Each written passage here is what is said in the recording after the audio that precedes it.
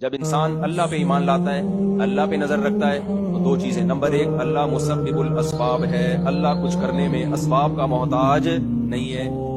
آپ کو 100% بھی ناکامی کا اسباب کی دنیا میں یقین ہو، آپ جس کا یہ عقیدہ ہو کہ وہ اللہ بغیر باپ کے عیسیٰ کو پیدا کر سکتا ہے علیہ السلام کو، جو اللہ ابراہیم علیہ السلام کو آگ میں ڈال کے بھی بچا سکتا ہے، تو میرے لیے مصیبت سے نکلنے کے اسباب کیوں نہیں پیدا کر سکتا، بلکہ بغیر سبب کے بھی مصیبت سے نکال سکتا ہے. اور دوسری اس کا ایمان یہ ہوتا ہے کہ اگر اللہ تعالیٰ مجھے مصیبت سے نکلنے کا راستہ نہیں بھی پیدا کیا تو مصیبت میں صبر کی توفیق دے سکتا ہے، وہ مصیبت محسوس نہیں ہوگی. نبی صلی اللہ علیہ وسلم نے فرمایا دل اللہ کے ہاتھ میں ہے، جہاں کو چاہتا ہے گھما دیتا ہے. اور یہ مشاہدے پر مبنی ایک حقیقت ہے. بعض دفعہ ساری خواہشیں پوری ہو رہی ہوتی ہیں، دل بے سکونی سے جل رہا ہوتا ہے کیونکہ اللہ نے اس کے دل میں بے سکونی ڈال دی ہوتی ہے. بعض دفعہ کوئی بھی کام نہیں ہو رہا ہوتا، پھر بھی مزے کی نیند سوتا ہے آدمی، پھر بھی سکون ہوتا ہے اس کے دل میں. وجہ کیا ہے کہ غموں میں صبر کی توفیق کس کے ہاتھ میں ہے؟